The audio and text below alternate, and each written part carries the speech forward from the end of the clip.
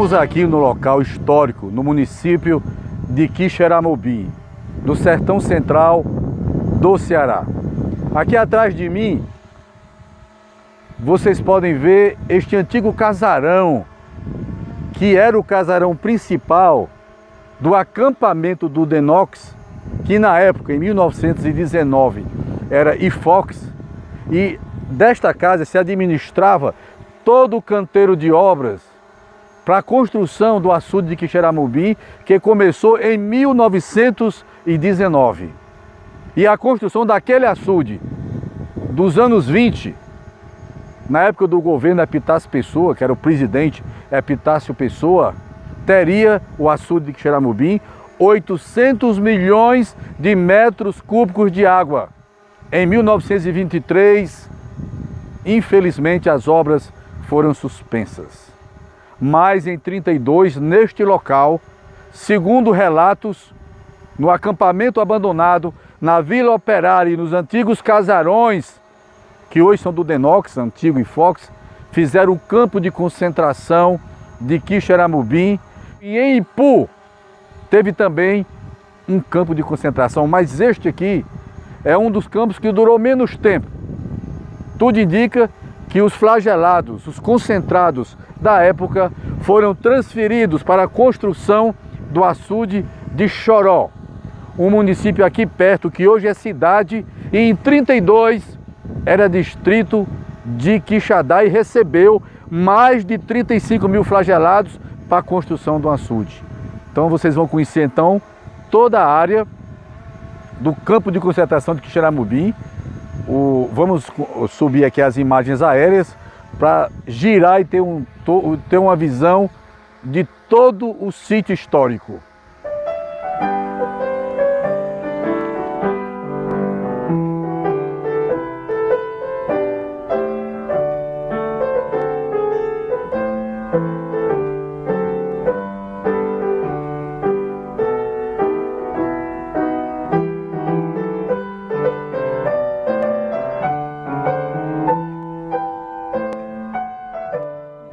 Eu tenho 94. 94 anos.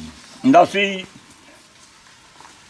dia 4 de setembro de 1923. 1923. É. Eita, menino. Quase 100 anos, né? Me diga uma coisa, o senhor tem alguma lembrança da seca de 32? De 32? Sim. Tem assim, porque eram meus irmãos que trabalhavam para lá. Certo. Morreu muita gente e todo o fim de mês eles vinham com o sacão de comprimido para da cabeça, de pé todo o tempo. Morreu muita gente, morreu até um irmão meu, quase que entra também.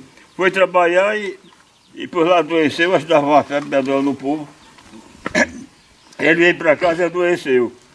Aí ficou aí em casa doente, a mãe cuidando e tratando de todo jeito. Aí o menino voltou, que veio com ele, que era o Boltonho, meu irmão. Quando foi comer, tornou a vir, pensava como já estava bom para ele de novo, ainda estava doente. Se admirado, mas pelejou, até que escapou, graças a Deus. Escapou da doença? Foi. O que era a doença? O senhor lembra a doença? Era uma febre, mas só tudo de mercadoria. Era feijão preto, tinha um tal de mascavo, açúcar mascavo, e farinha, parece carne, eu não sei lá o que era. Aí acontece que o sujeito, a fome era muito grande, não tinha alimento, né? Aí aquele couro, eles pegavam aquele couro, torrava, né? Torrava aquele couro, pisava no pilão, que acabava comia o pó daquela carne para poder sobreviver, daquele couro, né? Couro de quê? De gado, né? De gado. De gado. Só chamava nós de caçaco, né? E o que é caçaco? Caçaco era a pessoa que ia trabalhar, que tinha o nome de caçaco, né? O que o senhor foi fazer lá em Lima Campos? Eu fui trabalhar lá, eu era ficheiro para agarrar ficha nas turmas. O senhor trabalhava para qual empresa? Como? O senhor trabalhava para qual empresa? Era para o governo? Era do governo. O senhor preenchia as fichas? Como? O senhor preenchia as fichas, era? Eu recebia as fichinhas e pagava para eles comprarem água, viu? Quem lhe dava as fichas? Eu estive no escritório. O escritório de quem? no escritório do Limacão. Era do IFOX, era na época? Era o IFOX, era do governo, era da prefeitura, de quem do era? governo. Era do governo. Era. Lá era o açude, irrigação e rodagem. Tinha umas 30 turmas no trecho em que eu pagava. 30 turmas. É. E cada turma tinha quantos homens? Tinha 15 homens, porque tinha as turmas de cavouqueiro, né? Era 8, 10 homens. Tinha as turmas daqueles de puxar terra, aqueles de cavadores. Tinha as turmas de pedreiros.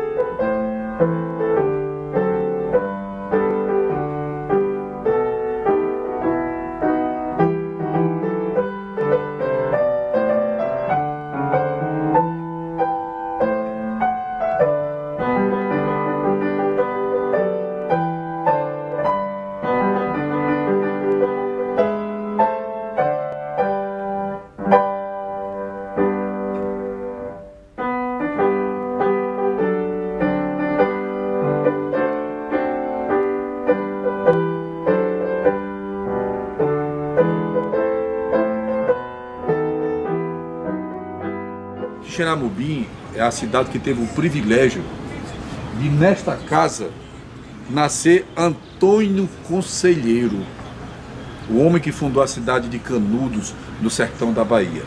Mas aqui também, Quixeramobim teve um campo de concentração, onde era o canteiro de obra do Denox, na seca de 32. Ailton Brasil, é possível estabelecer alguma conexão entre Canudos e o campo de concentração que teve aqui na seca de 32? Olha, quando a gente fala de campo de concentração, quando fala de Nordeste, a gente tem que lembrar que o Nordeste sempre foi uma concentração de alguma coisa. Normalmente a concentração de pobreza, a concentração de falta de políticas públicas, né? Então, em toda a nossa história, teve sempre esses momentos muito fortes onde as pessoas precisavam de alguma forma sobreviver. O conselheiro consegue uma concentração de pessoas que era um campo de paz, de harmonia, de muita fartura. Então essa talvez pode ser estabelecida a grande relação nossa de conselheiro com os campos de concentração. Ele fez uma coisa diferente. O governo, em vários lugares do Nordeste, fez vários e vários campos de concentração, mas era de pobreza, de miséria, de exploração, onde as pessoas trabalhavam para apenas ganhar uma ração, não era nem alimentação, era ração. Diferente da concentração que o conselheiro fez, que foi exatamente a concentração de muita fartura, de paz, de unidade. É diferente da experiência de Canudos, diferente de outras experiências como o Caldeirão, onde o que se queria era o bem social. Então não havia essa ideia de concentração de riqueza que o capitalismo favorece, né? A ideia de dividir o bem entre todos. Então essa talvez seja o grande mote da questão, né? Ao viver bem a partir de uma experiência que vem dos pequenos. Em todo mundo eu não conheço uma experiência bem sucedida de coletividade que ela não vá partir de uma pessoa simples. O perfil do flagelado do campo de concentração, que eles chamavam de flagelado, caçaco, molambudo, retirante, adjetivo aqui não falta. O perfil deste concentrado, os campos de concentração, tiveram 2 em Fortaleza, teve o de Quixeramobim, Senador Pompeu, Cariús, Buriti, no Crato e no norte do Impu. E nas outras secas também tiveram campo de concentração. O perfil desse concentrado é similar ao perfil do povo de Canudos? Bastante. E outra coisa, o pior é que a história se repete, né? O que motiva as pessoas a ir para o campo de concentração? Falta de alimentação, vão forçados, falta de terra. A nossa realidade ainda hoje, o Brasil é um país que concentra muita terra ainda. Força as pessoas a ir para Canudos, para o Caldeirão e outras experiências.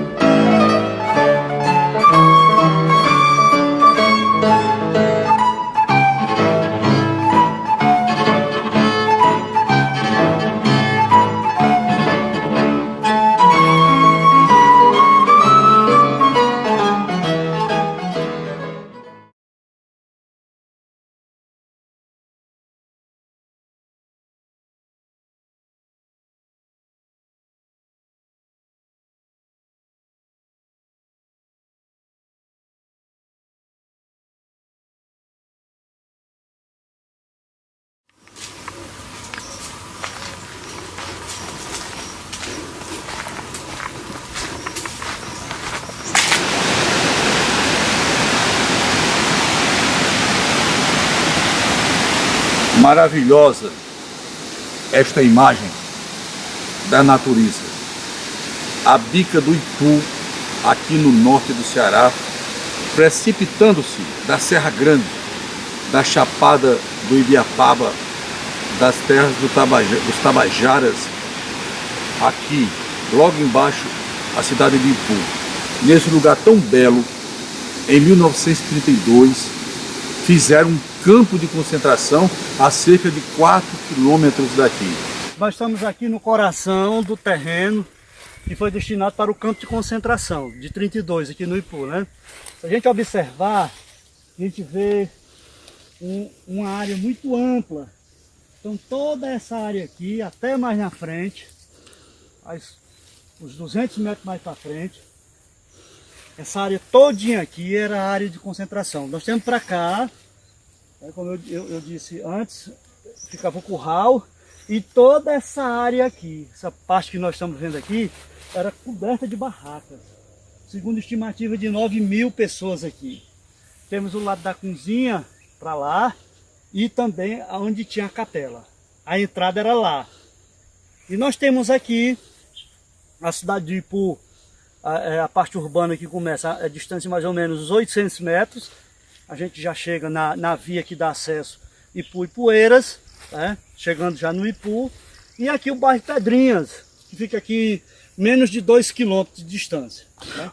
Ô Francisco, o cemitério que enterraram os mortos fica para onde? Era do campo ou era o da cidade? Não, na cidade mesmo. Era um vai e vem de padiola, principalmente de crianças. Muitas crianças, como eu disse, existe mais de 1.000 mortes e a maioria era crianças. A minha mãe dizia que cansou de ver, o seu Dedé também, que quando as padiolas, 3, 4 padiolas iam levando corpo, na volta já tinha que pegar mais e levar. Certo. E ela falava que o trem parava e o pessoal que vinha daqui da região de Crateús, Tauá, desciam aqui e vinham para cá. Não passava mais ninguém para a capital. Certo. Ficavam aqui. Certo? E a minha mãe, na época, ela tinha 8 anos de idade, veio com meu avô e mais 6, 7 irmãos para cá, ficaram aqui acampados. E infelizmente a minha mãe, 2 irmãos dela morreram aqui no campo de concentração. Eu encontrei esse registro, isso registrado nos documentos da nossa paróquia, certo. São Sebastião de Ipu, né? Certo. Então nessa área aqui era a área destinada ao campo de concentração de Ipu, isso em 1932. Olha, segundo registros, foram mais de 1.000. No campo que morreram, né? As doenças, você saberia dizer quais? Olha, era a cólera, né? Certo. Tipo sarampo. A mamãe falava, eu me lembro muito quando a gente falava nesse assunto, que era muita diarreia, muito vômito. Olha, durante esse tempo de pesquisa, quando se tratava desse assunto, dessa página negra da história do Ipu, porque eu considero isso, né? Nas minhas pesquisas, assim, de profunda tristeza. Tem um amigo meu, que Deus o tenha, o Sr. Gerardo Aires, quando se tocava nisso, eu conversava muito com ele, e ele me dizia que houve, naquela época, né, muitas pessoas, infelizmente, se beneficiaram. E que se encontrava de manhã as pessoas, na calada da noite, de madrugada, escrevia com tinta vermelha, escrevia a seguinte frase: construída à custa de sangue de inocentes. Aqui é a dona Maria Lira, a última sobrevivente do campo de concentração do Ipu, 94 anos. A dona Maria, de certa maneira, ela perdeu um pouco a memória, mas aqui está para ajudar aqui a filha dela, que de tanto conviver, por ouvir dizer dela, pode nos dizer tudo que ela viveu, porque traumatizada pela experiência vivida no campo de concentração, todos os filhos dela são conhecedores da história, porque ela transmitiu para as novas gerações. Francisca, o que é que, na sua opinião, foi mais traumático para sua mãe quando ela ficou lá no campo de concentração do Ipu?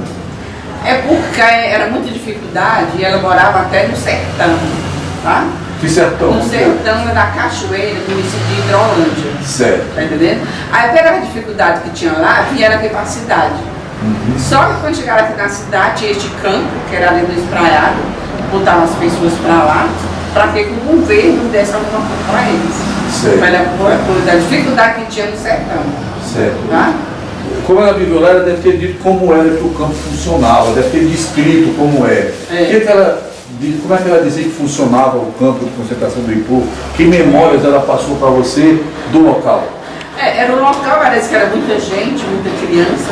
Quando chegava a alimentação, era aquela corrida do povo, o carnaval queria receber logo. Porque não tinha paciência das pessoas que iam levando para ir distribuindo aos poucos.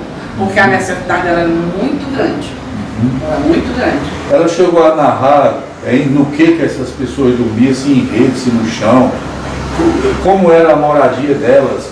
Ela estava lá com quem? Quem eram os demais parentes dela que também vieram para o campo de concentração? O pai, a mãe, os irmãos, eram uns barracos. Eram uns barracos feitos de palha e dormiam mais era em esteira. Certo. Aquelas esteiras que ficavam mais fácil. Alguns que tinha algum, botava alguma rede, mas como era muito fino, como todos que estavam lá tinham muito fino, ela fala que botava tudo, tinha aquelas esteiras, umas esteiras de palha que fazia por aqui na serra. Certo. Né? Aí quando amanhecia o dia, enrolava aquelas esteiras, guardava, à noite estirava tudo debaixo dos barracos, mas os barracos eram feitos de palhas.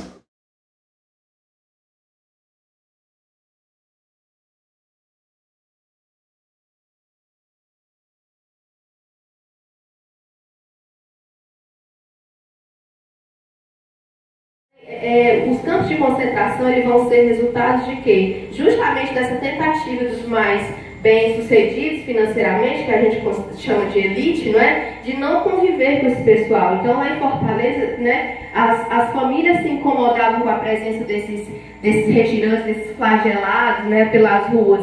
Era um convívio de sujeira e incomodava. Então, o campo de concentração ele também vai ser essa forma de excluir, não é? De tirar de perto os mais pobres, os feios, os sujos, os ignorantes. E não se pensava nessa questão da humanidade. O que se ia fazer com esse pessoal? Porque, como Raimundo falou, era decretar a morte deles, né? Colocar todo mundo naquela situação sem condições, nem de um alimento bom, não tinha condição de sobreviver. Então, realmente se cita das muitas mortes que havia e se carregava aqui para o cemitério municipal da cidade, mas acontece também que se enterrava lá por perto, principalmente os bebês, né? Criancinhas mortas que até hoje tem lá, não sei se você foi ver, mas tem algumas valazinhas com umas cruzes que eram de bebês, né? E um dos relatos que foi mais doloroso para mim, enquanto pesquisadora, foi ouvir o relato que a Budinha fez da mãe dela quando perdeu o filho de 6 meses de idade, né? Que era o João. Então, ela fala, tá? A memória que ela tinha, né, da mãe desgotando, era a forma que ela falava, desgotando os peitos, porque o seio cheio de leite não tinha o bebê. Né? E ela tinha que engolir aquela dor, porque tinha os outros meninos, mandou uma filha que no caso foi a mãe do meu ex-esposo, né? Mandou para casa de um, mandou outro para casa de outro. O esposo teve que ir trabalhar na estrada de ferro, né? Para ganhar algum dinheirinho, que era uma miséria também, para mandar para ela. E ela ficou lá com a Budinha e o bebê, na casa lá por perto, né? Então, assim, foi muito doloroso para essa mulher ter que resistir a essa situação de abandono mesmo. A comida era feita, como diz também, não é? No campo, só colocava ali umas pedras, colocava os tachos, né? Inclusive, fazia-se as filas para poder receber a comida, e muitas vezes as próprias pessoas que distribuíam a comida eram ignorantes e violentos com quem ia receber. Muitas vezes se quebrava o prato, né, na fila. Então, assim, era um maltrato muito grande. E nós temos surgindo, emergindo dessa história toda, a figura do Antônio Xadá, que era cunhado, então, do prefeito Joaquim Lima. E ele surge em todas as memórias, em todas as falas citadas como o demônio quase, né? A pessoa que foi lá para maltratar o pessoal, chegava lá com muita brutalidade e ele era responsável pelo campo de concentração. Bom, esse prédio aqui é uma das obras, né, não a única, mas das muitas obras públicas que foi feito com a mão de obra dessas pessoas. Você pode ver aí que é um prédio imponente, né? Lá, Casa de Cultura, porque essa é a finalidade que ele tem hoje, né? Mas esse era um prédio, na época era uma delegacia de polícia, né? Que foi feito fora da cidade, a cidade cresceu em volta, mas isso aqui era uma mata, né? Isso aqui tudo era uma mata e um bairro que a gente tem atrás dele, né? Que a gente chama de Pedrinhas, né? Certo. Esse bairro, o nome de Pedrinhas é justamente porque as pedras que naturalmente tinham, né, na geografia, no solo desse bairro, elas foram usadas no calçamento do centro da cidade, que a gente vai conhecer depois, né?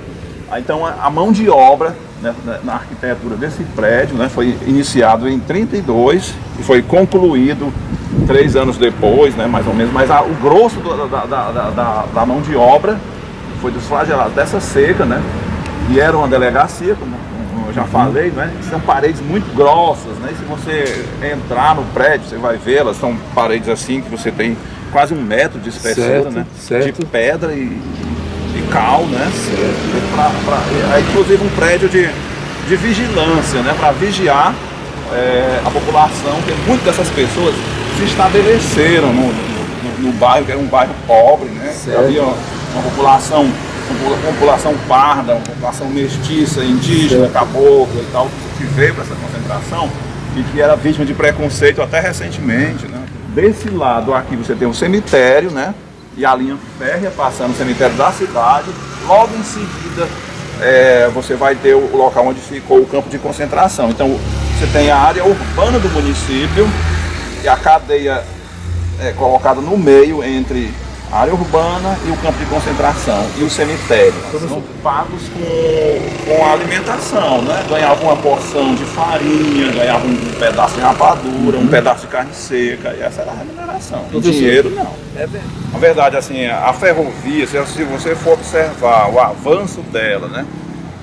Na região norte, você estudando a história do Ceará, você vai perceber o seguinte, que a cidade de Sobral, ela já era na metade do século XIX, ela já era politicamente, ela tinha muito peso, né? Você tinha o Barão de Sobral, você tinha a família Paula Pessoa, né?